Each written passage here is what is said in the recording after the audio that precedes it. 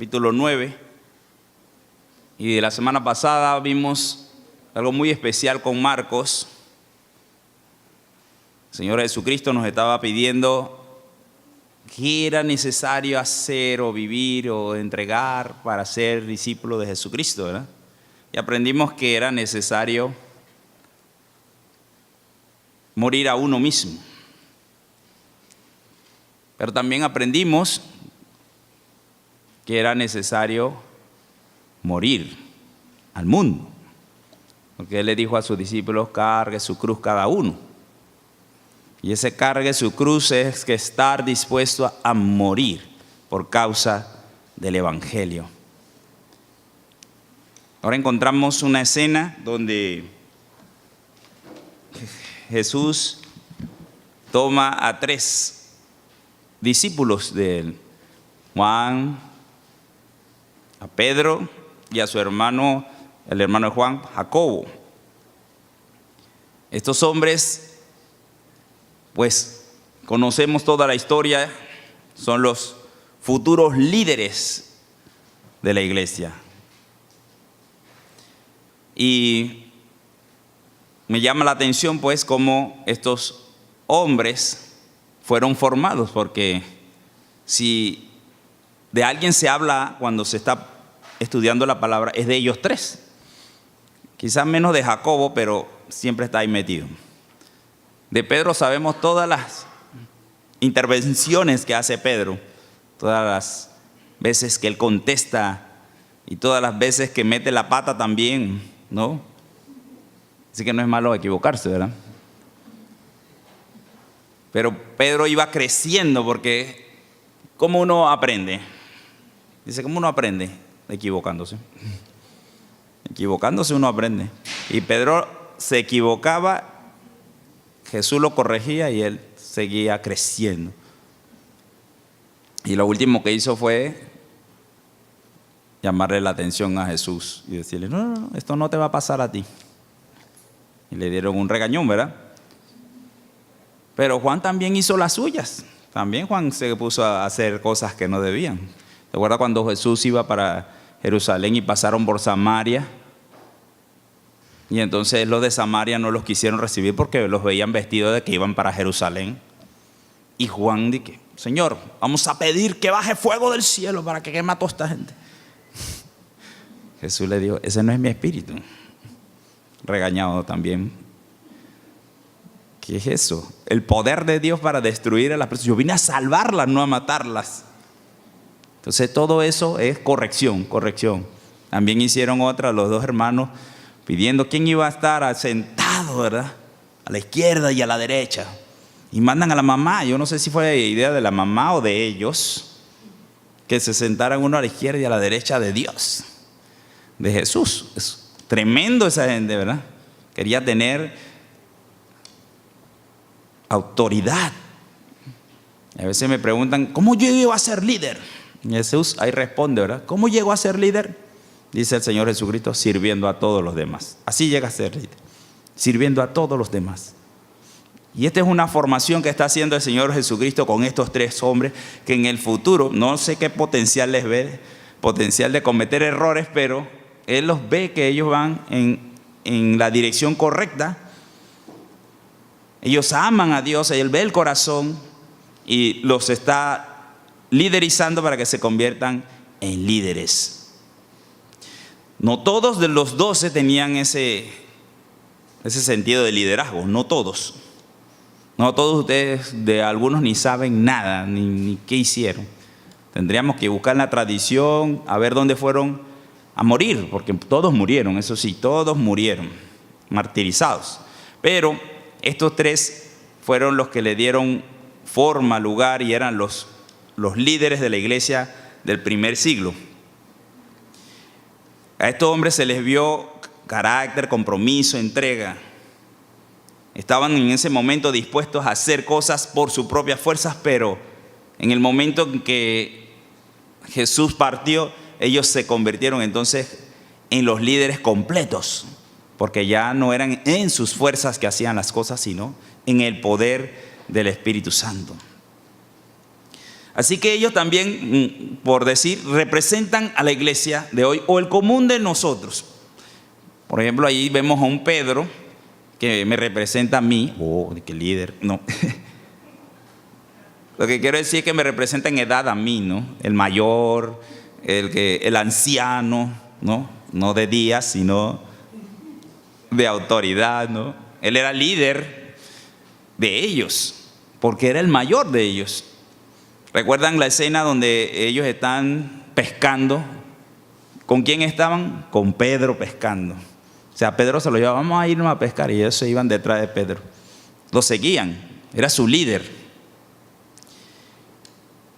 Él era el mayor, tenía, me imagino que estaba casado, ¿verdad? Como dice la escritura, tenía, me imagino que familia, hijos, no lo menciona la palabra de Dios, pero Pedro era un hombre trabajador, ¿no? Un hombre firme, ¿verdad? Muchos de ustedes que están aquí son parecidos a él, ¿verdad? Edad y todo lo demás. En el medio está Jacobo. No, sí, Jacobo está en el medio. Este puede estar representando a los jóvenes mayores. También trabajador, hombre que fue firme. De Jacobo no se sabe mucho. Lo que se sabe es que él fue el primero en que entregó su vida por el evangelio. Así que esa es una característica importante de él, entregado a la obra, entregado al ministerio. Él entregó su vida a Dios. Y luego representado con los jóvenes entre 15 y 17 años está Juan. Juan tenía 15 o 17 años, más o menos, no le puedo decir con exactitud, cuando fue discípulo de Jesucristo. Cuando terminan los 3 años, entonces ¿cuántos más o menos años tiene? Entre 18 y 20 años. Y este hombre, Juan, pues, ¿qué sabemos de este hombre? Un hombre también entregado, muy apasionado a la iglesia, que tenía un amor especial con el Señor. Y es el hombre que escribe las cartas, una carta muy especial para nosotros, el Evangelio de Juan, y nos habla al corazón. Es una carta totalmente diferente a las otras, pero nos está hablando al corazón. Y las otras 3 epístolas. Así que estos hombres, los líderes de la iglesia, son especiales. Son muy especiales para Jesucristo. Uno habla de el grupo 0. Uno dice el grupo 0 de una persona de influencia. Ellos 3 eran el grupo de influencia. Así que ellos pudieron ver en Jesús los milagros especiales, cosas que los demás no vieron. Vieron cosas especiales, vivieron cosas especiales con Jesús. Y Jesús les encomendó entonces responsabilidad. Asimismo, cada vez que sucedía algo, ellos eran los que daban mayor cuenta de lo que sucedía. Ellos eran los que tenían que pasar por algunas tribulaciones especiales para formar su carácter. Eso es lo que hace el Señor con nosotros, con cada uno de nosotros. Así que estos hombres representan a la iglesia, por decirlo así. La iglesia, cualquiera de nosotros puede convertirse en un líder, pero no se va a convertir en un líder porque va a recibir un puesto de autoridad. Uno no se convierte en la iglesia líder por esas razones. Eso no existe. Nuestro trabajo como pastores es identificar quién es líder, pero con la forma que Jesucristo lo presenta. Y la forma que Jesucristo presenta no es como lo que conocemos comúnmente como el triángulo de autoridad. Arriba está el jefe y abajo están todas las demás personas, mando medios, y después están los peones allá abajo, ¿verdad? Ese es el liderazgo del mundo, porque Jesús les dijo, los hombres, los líderes, los reyes se enseñorean de las demás personas, pero no será así entre vosotros. Entonces Jesús, por decirlo así, voltea el triángulo y pone a los que son líderes en la parte de abajo y dice, el que quiera ser líder entre ustedes tiene que estar allá abajo sirviendo a todos. Usted quiere ser líder, tiene que estar allá abajo. Y voltea esa figura y quedan todos, porque estaban discutiendo cuando Juan y su hermano pidieron ser líderes. Yo quiero ser líder de la iglesia. pero no se lo iba a ganar de esa manera, porque le dijo, la copa que yo voy a beber, ustedes la van a beber. Dice, sí, nosotros la vamos a beber. Y claro, sí la bebieron, ellos bebieron la copa de Jesús. Pero ellos tenían que aprender a servir a las demás personas. Y ese es parte de nosotros también. Para nosotros llegar a ser líderes, debemos de tener un carácter de servicio a las demás personas. Y eso es lo que buscamos nosotros los pastores, para poder decirle a una persona, ven y sirve al Señor, porque el mismo Pablo también lo identifica en la Escritura. Ahora podemos identificar 3 cosas importantes allí que sucedieron en este pasaje que leímos. Jesús se llevó a estos hombres 6 días después que Pedro dijo que Jesús era el Cristo de Dios. Pero también ese mismo día dijo, no, eso no te acontezca. Ese mismo día, ya habían pasado 6 días y se toma la oportunidad de llevarse a estos hombres a un monte alto. Este monte alto representa muchas cosas. Siempre que hablamos de monte alto, adoración y todo lo demás, ¿verdad? Eran los lugares altos que la gente iba y adoraba. Así que se lleva a estos 3 hombres a un monte alto, a un lugar alto. Una montaña, piensen, desierta. ¿Quién está por allá? Nadie. Pero ellos 3, 4 estaban allá arriba. Y inmediatamente el Señor dice que se transfigura, se transforma en frente de ellos. La palabra exactamente está diciendo que Jesús cambió de forma. Ya no era el Jesús que ellos veían con él caminar, sino un Jesús glorificado. Fue una escena gloriosa. Jesús estaba brillando. Brillaba Jesús. Sus ropas se hicieron blancas. Dice blancas como la nieve. Y brillaba. No lo habían visto a Jesús así, pero ese es el Cristo glorioso. Dios hizo que en ese momento Jesús brillara, que Jesús se viera diferente.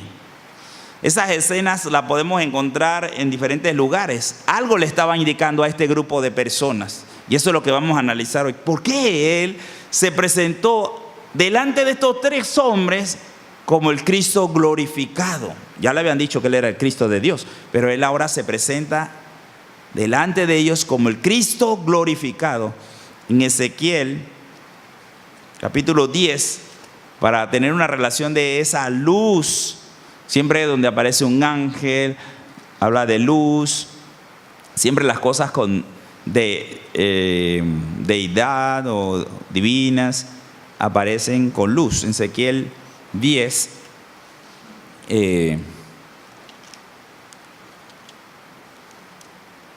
versículo 4, vemos un ejemplo de esa luz. Dice, entonces la gloria de Jehová se elevó de encima del querubín al umbral de la puerta, y la casa fue llena de la nube, y el atrio se llenó del resplandor de la gloria de Jehová. Así se veía Dios. Brillaba. Hubo un resplandor como el sol, el lucero de la mañana. ¿Pueden ustedes ver el sol así directamente? No, ¿verdad? Le quema los ojos si usted se pone a ver el sol directamente. Es un resplandor, más fuerte que el sol, el resplandor. También el apóstol Pablo se enfrentó a ese resplandor, ¿verdad? Quedó ciego cuando se encontró con Jesús camino a Damasco. ¿Cuál era el propósito? Uno se puede preguntar, ¿qué necesitaban estos hombres para convertirse en discípulos efectivos de Jesucristo? Porque ya les dijo que tenían que entregar sus vidas. Y ellos estaban dispuestos. Pero ¿qué necesitamos nosotros como miembros de la iglesia para convertirnos en discípulos efectivos de Cristo?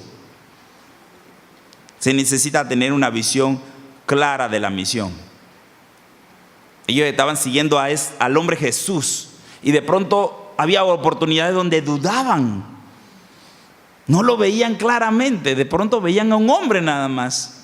Yo me imagino que pensaban, todavía no he visto mayor cosa. Él puede ser un profeta, Jesús podría caer en la categoría de profeta porque Elías fue un hombre que sanaba gente, Eliseo sanaba personas, o sea, podía caer en esa categoría, ¿verdad? Y ellos tenían que ver algo más allá. Así que Jesús se le presenta como el Cristo glorificado. Al Cristo que iba a ser glorificado o en su forma antes de venir acá en la presencia nuestra. Ese era el Cristo glorificado, viendo la gloria de Dios en la vida de Jesucristo. Por eso es una escena tremenda. ¿Cuántos quisieran ver esa escena? Amén. Nosotros la vamos a ver cuando vayamos a la presencia de nuestro Señor Jesucristo. Pero ellos la vieron aquí en la tierra. Qué especial para ellos ver a Jesucristo glorificado. Eso es tener una visión clara de la misión. ¿Para qué ellos eran discípulos de Jesucristo? ¿Cuál era su objetivo? Caminar con Jesús, aprender las cosas que Jesús les enseñaba. Su propósito es claro, es glorificar al Cristo, glorificar a Dios a través de hacer las cosas que Cristo les decía. Así que todo lo que hacemos nosotros como discípulos de Cristo debe ser para traer gloria a Él, al único Dios que se merece toda la gloria, toda la honra, toda la majestad. Él es el único que se merece eso. Y ellos tenían que ver que Él era el Cristo glorificado. Pedro no entendió, sí entendió, que él no era el importante. Pedro lo entendió, él no era el importante. Pedro siempre estaba tratando de él ser, quizás no por encima de Jesús, pero él estaba tratando de ser en sus fuerzas importante. Él decía con sus propias fuerzas quería defender a Jesús. Él quería defender a Dios.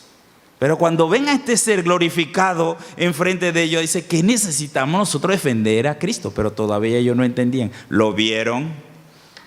¿Quién defiende a Dios? ¿Quién puede defender a Dios? Nadie. Él solito se defiende. Pero Pedro todavía estaba ahí. Yo te voy a defender. Después, aún viendo esto, todavía no conectaba, pero ellos tenían una visión especial. Así que lo primero que necesitamos tener es una visión clara de la misión. ¿Cuál es la misión de la iglesia? Nosotros no hemos visto a Jesucristo, pero ¿cuál es nuestra misión? Tenemos clara nuestra misión. ¿Saben el papel de ustedes cuál es en medio de esta congregación? Se han perdido, se han extraviado,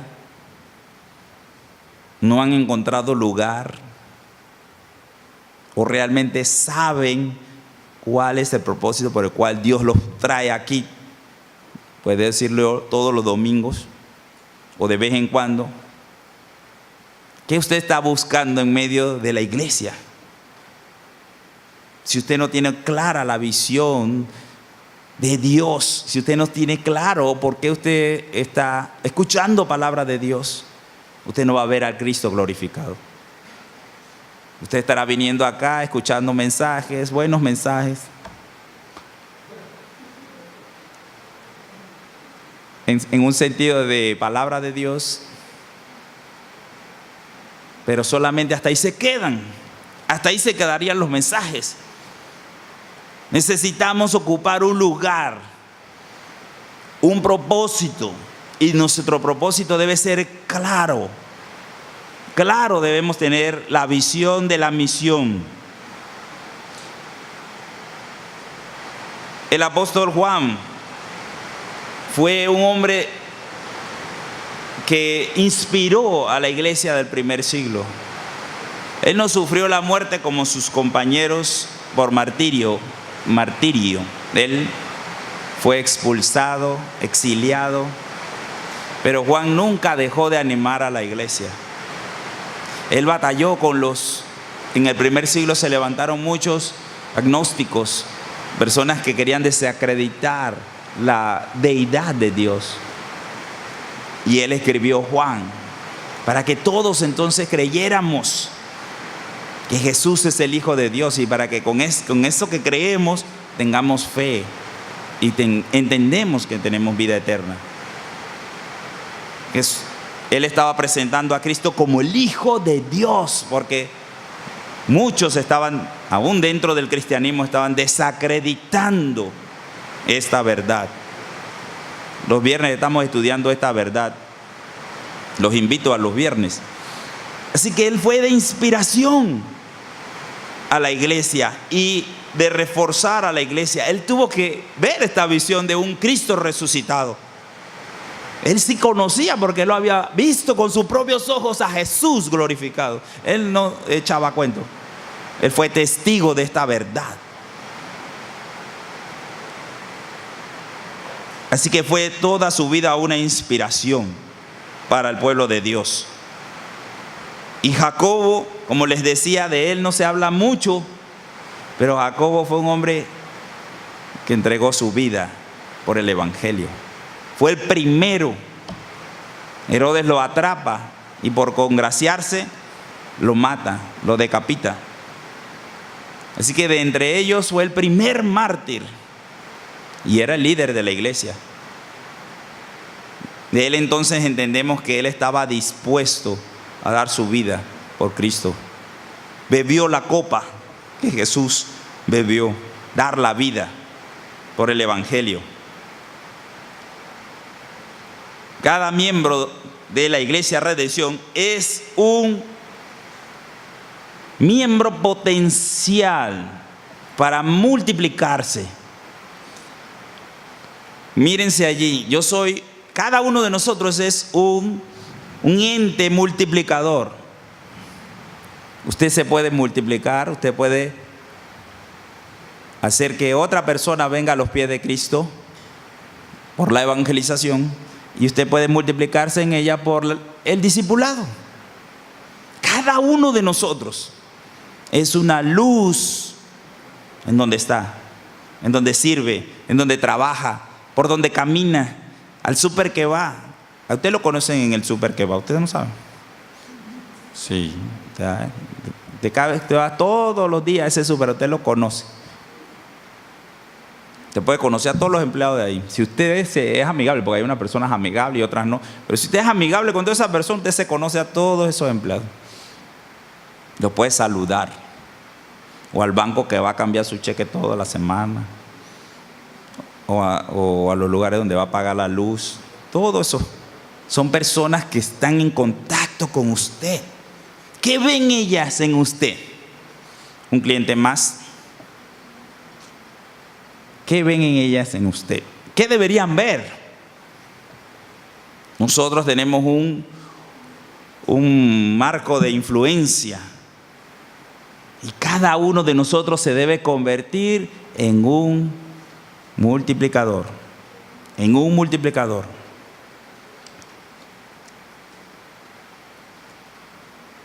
La idea es que cuando predicamos el evangelio, veamos a las personas que son receptivas. Y las que son receptivas, pues a esas, las que han aceptado, las que han dicho sí al Cristo resucitado, entonces invitarlas a tener un estudio bíblico, a discipularlas.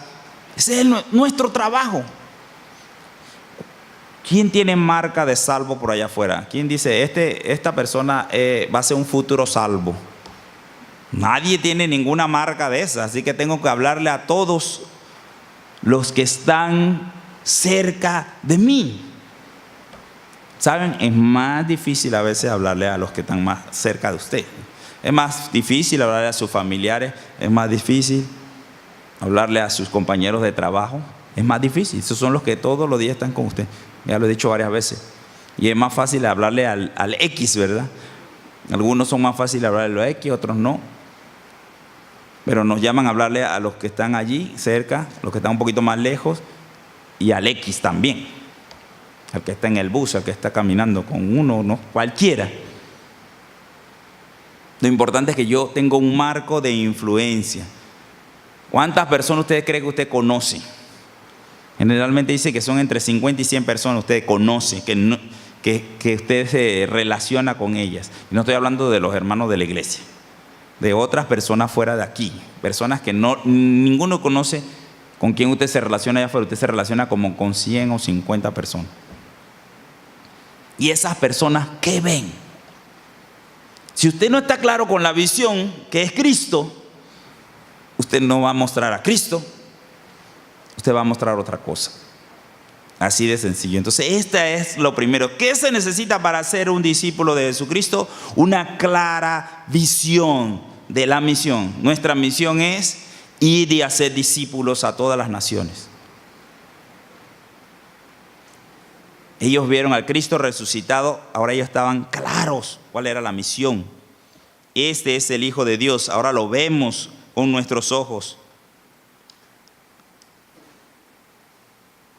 También dice el versículo 4, y les aparecieron Elías con Moisés, que hablaban con Jesús.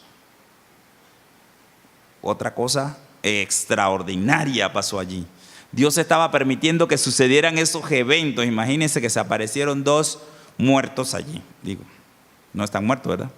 Pero eran personas que habían muerto hace tiempo y estaban allí. Yo la verdad que no sé cómo ellos reconocieron a ellos, que ese era Moisés, de ese que tenía las tablitas, y Elías tenía, que sería un manto. No sé. Solo el Espíritu de Dios le pudo haber dado esa convicción a Pedro de que allí estaba Elías y allí estaba Moisés. Y hablaban con Jesús. Imagínense, ¿qué visión es esa que ustedes pueden ver allí? Esos son los padres, líderes. Están hablando de Moisés. Que si Moisés se hubiese muerto en un lugar visible, todavía estuvieran haciendo caminatas hacia allá a adorar a Moisés, la tumba de Moisés. Si supieran dónde estuviera enterrado, ¿no? Porque ese, wow, líder de líderes, el hombre más manso del mundo. Y de Elías, wow, el hombre más poderoso, por decir así. Poderoso, era un profeta poderoso. No tenía poder para decir, bueno, si yo soy profeta, que baje fuego del cielo, y quemaba una compañía de hombres. Solo con decir, bueno. Y lo hizo 3 veces. 3 veces quemó hombres así. Oró y se detuvo la lluvia por 3 años.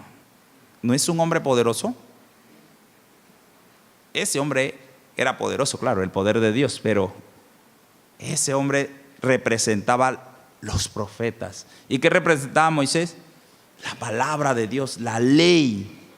Así que, ¿qué se necesita para ser un discípulo efectivo de Cristo? Se necesita tener como fundamento la palabra de Dios. ¿Y qué estaba hablando Jesús con estos hombres? Y otra vez, no son muertos, ¿verdad? Porque Dios no es Dios de muertos, sino Dios de vivos. Y si alguien le pregunta, cuando usted se muera, ¿para dónde se va? ¿Para dónde usted se va? Para la presencia del Señor. Usted no se va a dormir a ningún lugar, usted se va a la presencia del Señor.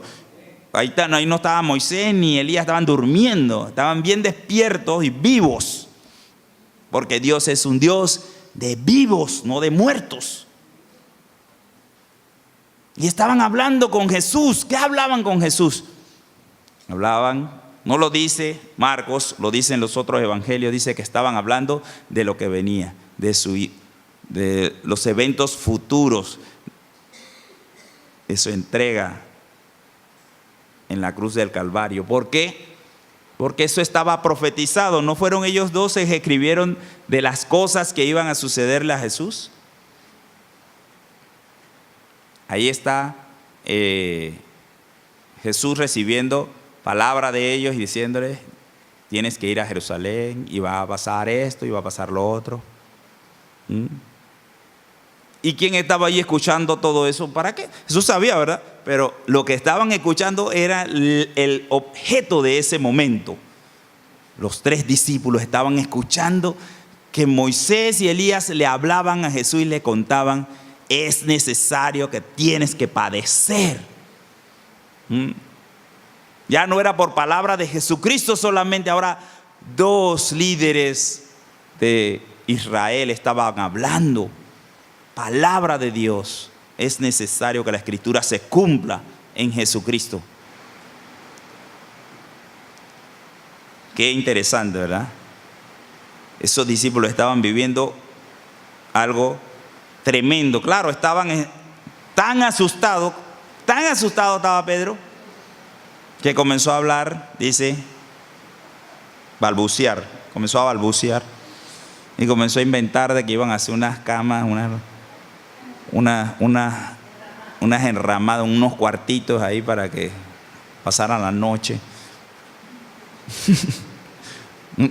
No sé qué pensó en ese momento, pero ¿qué necesitaban estos hombres que no tienen, me imagino que no tienen el cuerpo físico, una cama o una enramada? Pero Pedro estaba asustado, con temor. No era solo Pedro, estaban asustados los 3, porque él dijo: nosotros vamos a construir unas enramadas para ustedes. Estaban con temor. Ellos estaban escuchando estas palabras y iban a entender que Jesucristo iba a morir, pero que también iba a resucitar. Eso es importante, que Jesús iba a resucitar. No era fácil enseñarle a los discípulos esta lección. Recuerdan que fue lo que comenzó a enseñarles: que Él iba a morir, a sufrir, a padecer, a ser rechazado, pero que iba a resucitar. Todavía ahí dicen y no entendemos qué es eso de que está hablando de resucitar, porque puede apuntar a muchas cosas. La resurrección ellos la entendían, la resurrección del fin de los tiempos. ¿Recuerdan cuando Jesús fue a levantar a Lázaro? Y la hermana no entendían: ¿por qué no viniste a tiempo? Porque si hubieras venido a tiempo, él no hubiera muerto. Y él le dijo: yo soy la resurrección y la vida. No le entendían. Y dice: tu hermano va a resucitar. Sí, yo sé que va a resucitar al fin de los tiempos. Eso es lo que ellos apuntan: al fin de los tiempos, allá va a resucitar. Hay resurrección de judíos en el fin de los tiempos, ¿verdad? Lo están señalando y todos ellos lo saben. Va a haber resurrección. Y ellos apuntaban allá, pero Jesús le dijo: no, si crees verás la gloria de Dios. No entienden los judíos, pero Él está diciendo: voy a resucitar y el Mesías va a resucitar. No lo entienden. Si hay algo que nosotros debemos confiar, es en la palabra de Dios. Busquemos segunda de Pedro. Nos está dando testimonio Pedro de la palabra de Dios, que es segura, muy segura. Segunda de Pedro, capítulo 1, versículo 19, dice: tenemos también la palabra profética más segura. ¿Qué significa que es la más segura?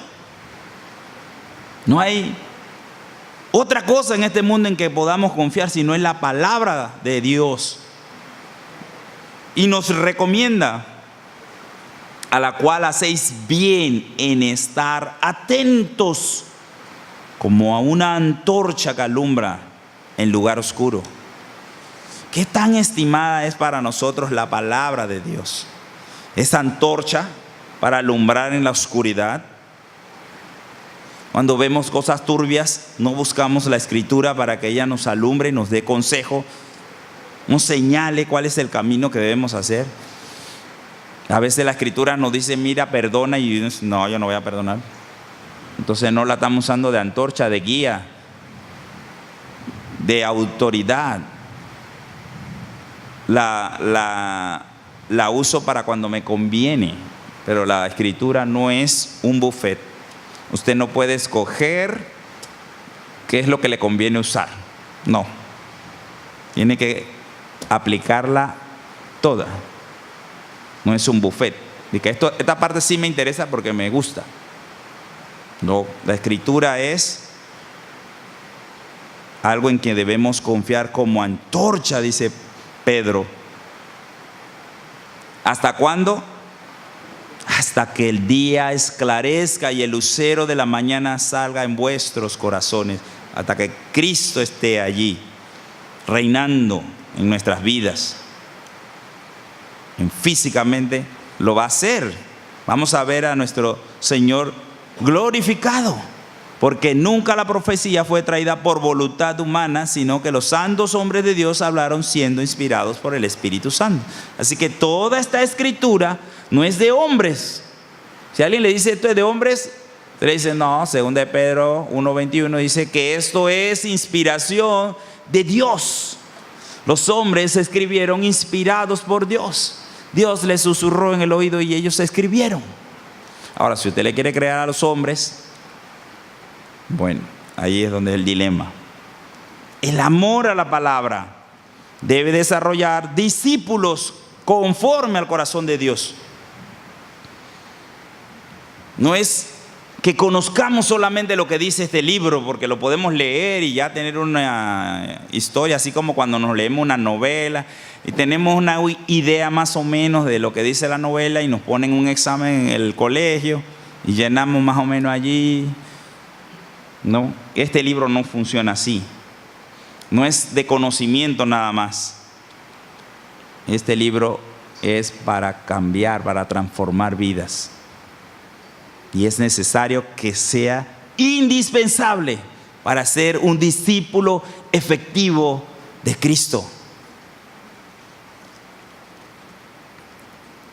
No solamente transmitimos información cuando discipulamos a alguien, que transmitimos vida. Vida transmitimos. Y esta palabra va a dar vida, le da vida. Un verdadero creyente es aquel que deja que la palabra le transforme. No como conocimiento, sino como estilo de vida. ¿Cuál es la diferencia entre Pedro y los demás? ¿Cuál es la diferencia entre Juan y Jacobo y los demás? Porque ellos estaban allí, porque ellos estaban siendo transformados por la palabra de Jesucristo. Y estaban respondiendo a ese cambio. La Escritura también es útil para nosotros, dice 2 de Timoteo 3:16. No solamente es para estudiarla, sino para compartirla. También ¿para qué? Para corregir, para instruir. Instruir no es enseñar una letra, es instruir, capacitar. Usted instruye al niño en la palabra de Dios, no le enseña la palabra de Dios. Los niños sí, ellos entienden de que, ya yo me sé esa historia. Cuenta la historia de Goliat, la historia de David, la historia de Noé. Ya yo me sé esa historia. Cuando ya están más grandes, eso es lo que repiten a cada rato. Ya yo me sé esa historia. Ah, qué bueno que te la sabes. Ya necesitan otra cosa, ¿verdad? Ya no necesitan la historia nada más, sino cómo aplicar esa historia a su vida, cómo hacerlo práctico a su vida. Si usted le enseña al niño la historia y siempre la historia y siempre la historia, le está enseñando solo el texto, el conocimiento. Pero si usted no le dice, tú puedes hacer eso, tú puedes confiar en Dios, como David confió en Dios y se enfrentó a sus peligros. Cuando tú te enfrentas con esos peligros en la escuela, cuando tú te enfrentas con esos peligros en la calle, tú puedes confiar en Dios, Él te va a proteger. Deben instruir a los niños, no enseñar teoría. Y para nosotros lo mismo, ¿cómo debemos recibir la palabra? Como niños. Como niños, escuchar la Escritura que nos habla y nos dice que seamos como niños y apliquemos todo lo que en ella nos da. Así que, ¿qué es lo segundo que se necesita? Tener un fundamento en la palabra de Dios. Y lo tercero que sucede ahí, leamos el versículo 7 al 9, dice: entonces vi una nube que les hizo sombra, y desde la nube una voz que decía: este es mi Hijo amado, a Él oíd. Y luego, cuando miraron, no vieron más a nadie consigo. Ya no estaba Moisés, ya no estaba Elías, sino a Jesús solo. Y descendiendo ellos del monte, les mandó que a nadie dijesen lo que habían visto, sino cuando el Hijo del Hombre hubiese resucitado de los muertos. Una instrucción clara. ¿Qué se necesita para ser un discípulo efectivo de Cristo? Se necesita ser obedientes. Obedientes al Espíritu de Dios, a la palabra de Dios. Obedientes. Empezar a obedecer. Ellos estaban allí en la presencia de Dios. Porque Dios había descendido así como en antaño, como Dios bajaba al monte. Oreb, bajaba la nube y cubría el monte. Así mismo hizo Dios, cubrió el monte con la nube. Y habló desde la nube. Y escucharon la voz de Dios. Uno dirá, eso es lo máximo. Esa es la mayor experiencia. Escuchar la voz de Dios. Pero Dios no le dijo más nada. ¿Qué le dijo Dios? No le dijo algo, wow, grandioso. ¿Qué les dijo Dios? Les dijo, escúchenlo a Él. Me voy, escúchenlo a Él. Y se fue. Hoy, ¿a quién debemos escuchar? A Jesús. A Jesús en su palabra. Todo el Nuevo Testamento apunta a Jesús. Todas las palabras que están allí son para mostrarnos qué Jesús quiere de nosotros. Ahí están cartas para la iglesia, para que sepamos cómo comportarnos. Dice Pablo, le decía a Timoteo, es para que le enseñes a la iglesia cómo comportarse. No tienen que buscar en ningún otro lado. Cómprenle el libro a la hermana, pero no tienen que buscar en ningún otro lado, porque la Escritura dice todo. Los libros de ayuda, como dice, ahí tenemos la Biblia, otro libro de ayuda que le conduzca. Busquen la Escritura, la voluntad de Dios, lo que Dios quiere para usted. Solo si estudiamos la palabra de Dios y obedecemos a la guía del Espíritu Santo, vamos a ser discípulos efectivos de Cristo. Y Cristo le está diciendo a estos hombres, voy a morir, pero voy a resucitar. Ellos debían haber entendido, va a resucitar. Él lo está diciendo, es verdad, estamos escuchándolo.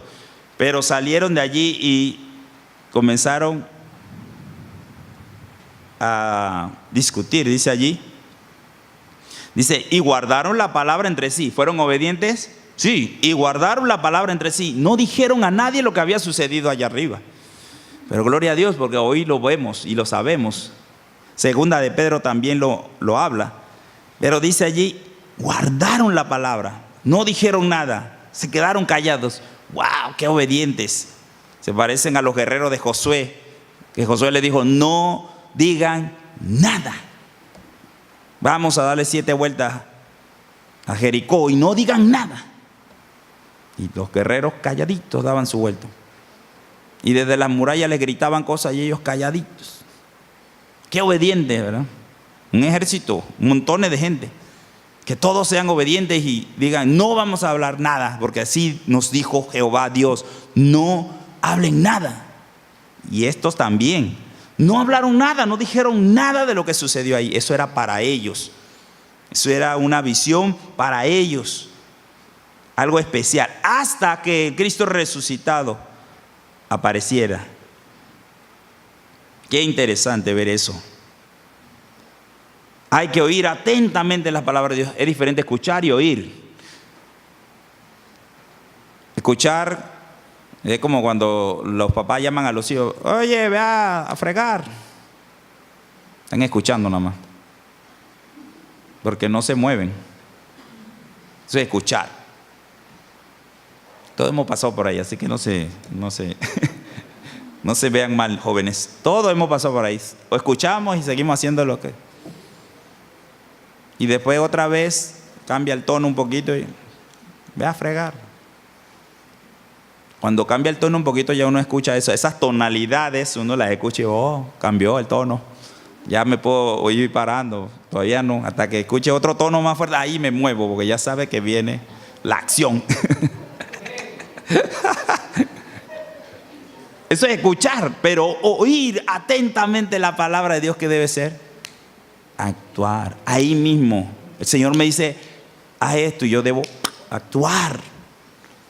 No es escuchar a Dios y decidir si voy a hacerle caso a Dios. Dios me está diciendo, no hagas eso, no te juntes con esas personas, no hagas eso. ¿Y la respuesta cuál va a ser? Ok, Dios, si tú lo dices, yo lo creo. No lo voy a hacer. Dios nos habla a través de la Escritura. Dios nos guía, Dios nos cuida. Tenemos que creer que el Espíritu de Dios nos va a guiar a través de lo que estamos estudiando. Así que es oír atentamente la palabra de Dios y ponerla en práctica en nuestras vidas. Esa es la única manera que funciona esto. No funciona de otra manera. ¿Qué está pasando hoy día con el cristianismo? Escuchan la palabra de Dios, muchos están escuchando la palabra de Dios, pero no lo están poniendo en práctica. Eso es escuchar solamente. Si oímos atentamente, ahí es donde va a haber cambio en nuestra vida, porque si yo comienzo a actuar conforme a la Escritura, va a haber transformación de mi vida. Eso nos pasa en la vida común, así que debemos hacerlo práctico en la palabra de Dios.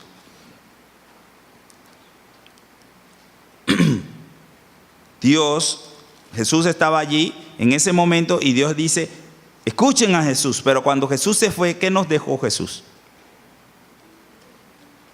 El Espíritu Santo. Por eso puse que es necesario ser obediente a la guía del Espíritu Santo. ¿Dónde el Espíritu Santo lo guía? ¿Dónde el Espíritu Santo lo mueve? Si bien el libro de los Hechos es el Espíritu Santo guiando a la iglesia, diciéndole vayan para aquí, vayan para allá. Es práctico. La Biblia en Juan 15 nos habla del Espíritu Santo, para que tengamos base bíblica del Consolador. Alguien que Dios iba a enviar para que nos guiara. Juan 15, 26 dice, pero cuando venga el Consolador, a quien yo os enviaré del Padre, el Espíritu de verdad, el cual procede del Padre, Él dará testimonio acerca de mí. Amén. Si yo escucho al Espíritu Santo, yo voy a dar testimonio de Cristo. Eso es lo que dice la Escritura. Él dará testimonio acerca de mí. Dice, no te preocupes por lo que vas a decir. Deja que el Espíritu Santo hable a través de ti. Él dará testimonio de mí. Hay otro más adelante, 16, el 7 al 15, dice, pero yo os digo la verdad. Os conviene que yo me vaya, porque Jesús físicamente aquí en la tierra no iba a poder estar con todos nosotros. Solo había un Jesús y no podía estar con todo el mundo. Pero dice, os conviene que yo me vaya, porque si no me fuere, el Consolador, el Espíritu Santo, no vendría a vosotros. Mas si me fuere, os lo enviaré. Y cuando Él venga, convencerá al mundo de pecado, de justicia y de juicio. De pecado por cuanto no creen en mí. De justicia por cuanto voy al Padre y no me veréis más. Y de juicio por cuanto el príncipe de este mundo ha sido ya juzgado. Qué bueno. Aún tengo muchas cosas que deciros, pero ahora no las podéis sobrellevar. Qué interesante. No todo es, la revelación es progresiva. ¿Recuerdan? Hay veces que no podemos llevar ciertas cosas. Y usted dice, no entiendo lo que dice ese versículo. Siga caminando en obediencia al Señor. Siga caminando. Dice, pero cuando venga el Espíritu de verdad, Él os guiará toda la verdad, porque no hablará por su propia cuenta, sino que hablará todo lo que oyere y os hará saber las cosas que habrán de venir. Él me glorificará, porque tomará de lo mío y os lo hará saber. Todo lo que tiene el Padre es mío. Por eso dije que tomará de lo mío y os lo hará saber. ¿Qué va a hacer el Espíritu Santo? Él me glorificará. Si nos dejamos guiar por el Espíritu de Santo, vamos a glorificar a Dios. Vamos a glorificar a Dios. Dejémonos guiar por el Espíritu Santo. A veces tenemos un conflicto con la llenura del Espíritu.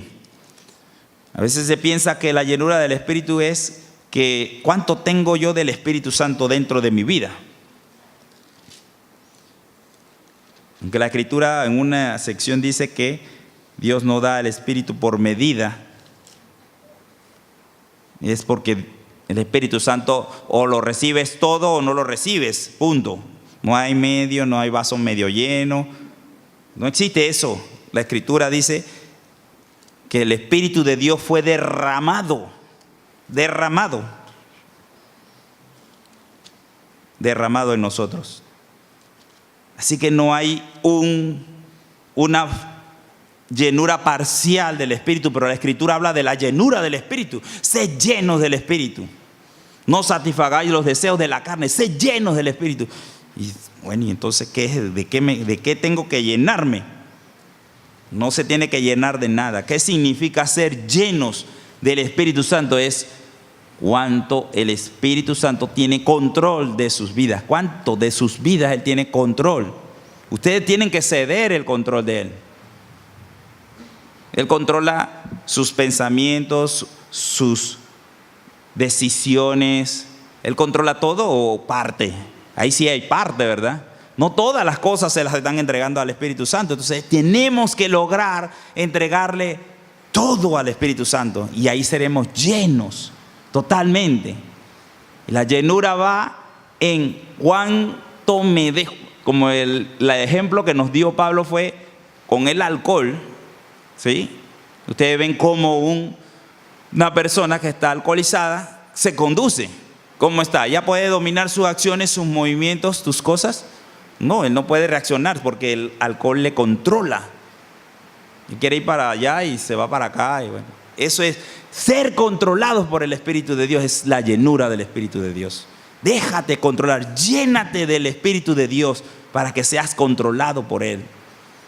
Y la única forma para ser lleno del Espíritu Santo es caminar en santidad. Caminar en santidad. ¿Cómo sé cómo caminar en santidad? La Escritura me dice qué es lo que le agrada o no le agrada a Dios. Así puedo saber qué es caminar en santidad. No pecar contra Dios. Y si peco, porque vamos a pecar, ¿qué sucede? Si peco, seguro que la relación con Dios se deteriora allí, porque hay pecado en mi vida. El pecado significa separación. Entonces, si hay separación, porque hay pecado, no el pecado que me separó de Dios totalmente, hay la relación con mi Padre no es efectiva. El pecado no me permite orar. El pecado no me va a dar lugar, propósito. El pecado de lo que me va a llevar es a la carne, a poner mi mirada en las cosas de este mundo. Eso es lo que va a ser el pecado. Así que si entrego mis pecados al Señor, donde dice, si confieso mis pecados a Dios y les digo, Señor, estoy fallándote, tú sabes bien que te estoy fallando y lo reconozco, ayúdame con este pecado porque yo no puedo. Seguro que Dios eso es lo que quiere, que usted reconozca que no puede con el pecado porque usted no puede. Eso era lo que estaba pasando con Pedro. Pedro no podía con su pecado de ser yo lo puedo hacer, yo autosuficiente, yo soy el que puedo salvarte. Nada de esto te va a acontecer porque yo te voy a proteger. Yo voy a morir por ti. Y no pudo. ¿Por qué no pudo? Porque no podía defender a Jesucristo. Él no podía, pero tenía que ser zarandeado sobre ese tema, ¿verdad? Y fue zarandeado. Duro. Lo quebró. Quebró a Pedro, lo quebró. Y él tenía que reconocer, no pude guardar mi palabra, mi ofrecimiento de protección, no pude. Morir por ti, junto contigo, no pude. Pero Jesús le dijo, cuando te levantes, confirma a tus hermanos. Levántate y confirma a tus hermanos. Jesús sabía que iba a levantarse porque Jesús iba a orar por él. ¿Sí o no? No tenía el poder en ese momento. Él estaba solo. En su carne no tenía el Espíritu Santo. Estaba Jesús, pero no tenía el poder. Cuando Pedro recibió el poder, a Jesús en su corazón. ¿Quién era Pedro? Poderoso varón, líder de la iglesia, se levantó en poder, cambió todo.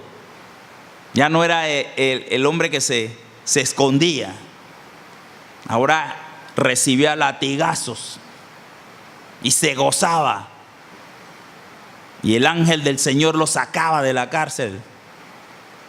Poderoso hombre, que cuando caminaba su sombra, al igual que Jesús, sanaba personas. Líder de la iglesia, porque supo confiar en el poder del Espíritu de Dios. No le estoy diciendo que usted ahora su sombra va a sanar gente. Esa es otra condición especial.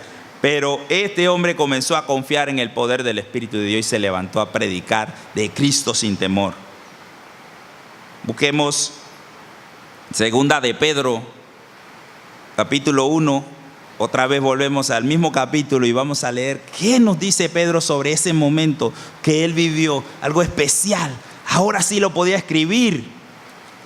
Ahora sí podía decir qué sucedió allá. Segunda de Pedro, capítulo 1, versículo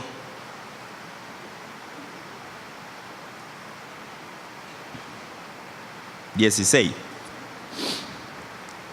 Bueno, 15. También yo procuraré con diligencia que después de mi partida vosotros podáis en todo momento tener memoria de estas cosas, porque os hemos dado a conocer el poder y la venida de nuestro Señor Jesucristo porque nos hemos dado a conocer el poder y la venida de nuestro Señor Jesucristo siguiendo fábulas artificiosas, sino como habiendo visto con nuestros propios ojos su majestad. ¿Qué vio Pedro? Al Cristo glorificado lo vio. Con Juan y con Jacobo vieron al Cristo glorificado en toda su majestad. Qué escena más gloriosa. Dice, pero cuando él recibió de Dios Padre honra y gloria, fue glorificado, le fue enviada desde la magnífica gloria una voz que decía: este es mi Hijo amado, en el cual tengo complacencia. Y nosotros oímos esta voz enviada del cielo cuando estábamos con él en el monte santo. No tenían claro la resurrección, pero fueron obedientes a la visión. Eso es importante para nosotros, caminar en obediencia. A veces no se entiende la palabra de Dios en algunas cosas. Hay que estudiar la Escritura, pero caminar en obediencia. Caminen en obediencia. No se dejen engañar por Satanás. No dejen que el mundo les engañe. No pierdan su fe en la palabra de Dios. No escuchen esas cosas. No pierdan su tiempo escuchando internet y diciéndole cosas raras de la Biblia. No pierdan su tiempo.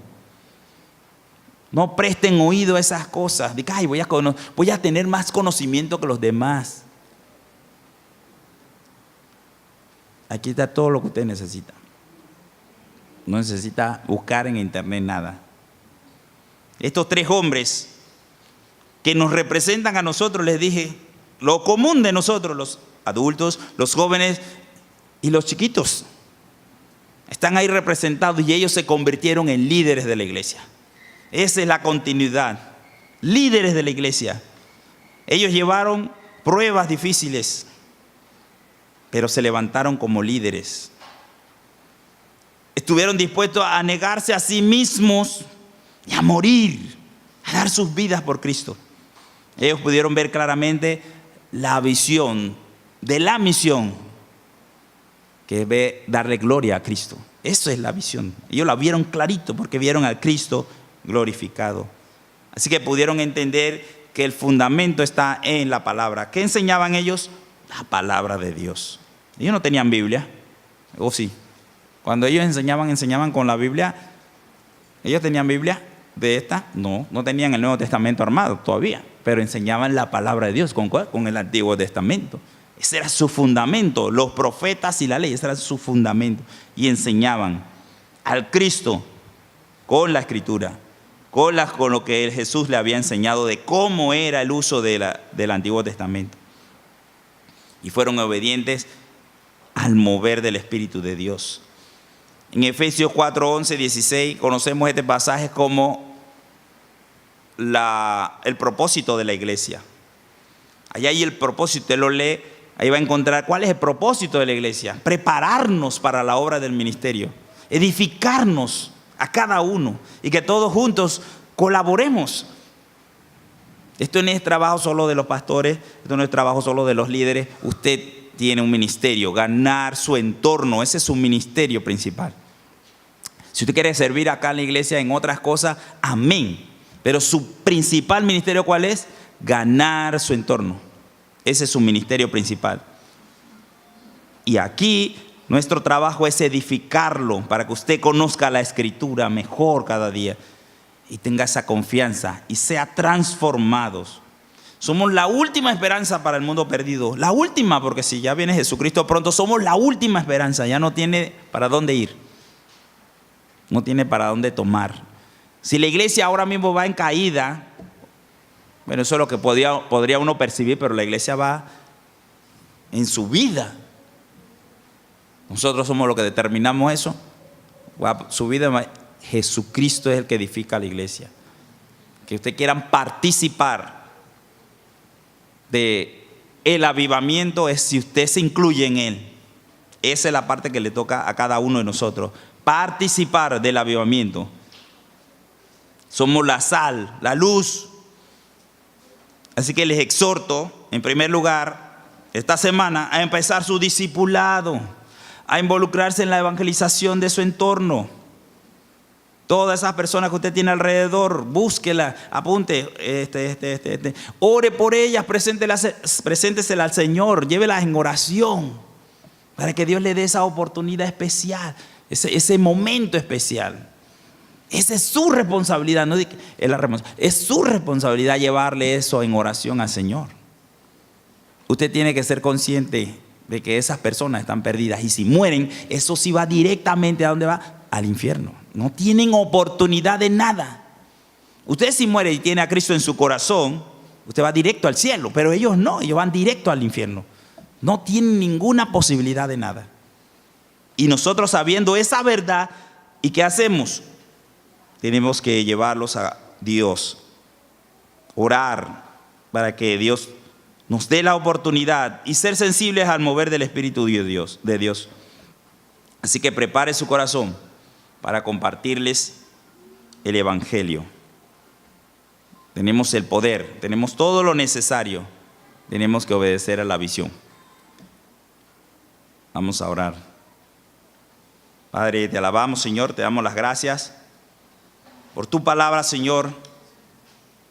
Ayúdanos, Señor, a ser verdaderos discípulos tuyos, así como fue Juan, como fue Pedro, como fue Jacobo. Ellos son ejemplos para nosotros, Padre. Ellos todos dieron su vida por ti. Pedro aún murió en humildad, no queriendo ser crucificado, Señor. De la misma manera que tú.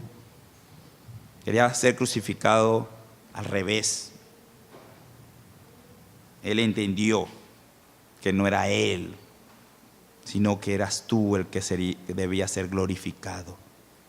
Gracias, Padre, porque en tu palabra podemos encontrar estos ejemplos que nos enseñan a deponer nuestra propia vida y no mirar a los demás, sino ¿qué estoy haciendo yo con el conocimiento de Jesucristo? ¿Qué estoy haciendo yo por las almas perdidas?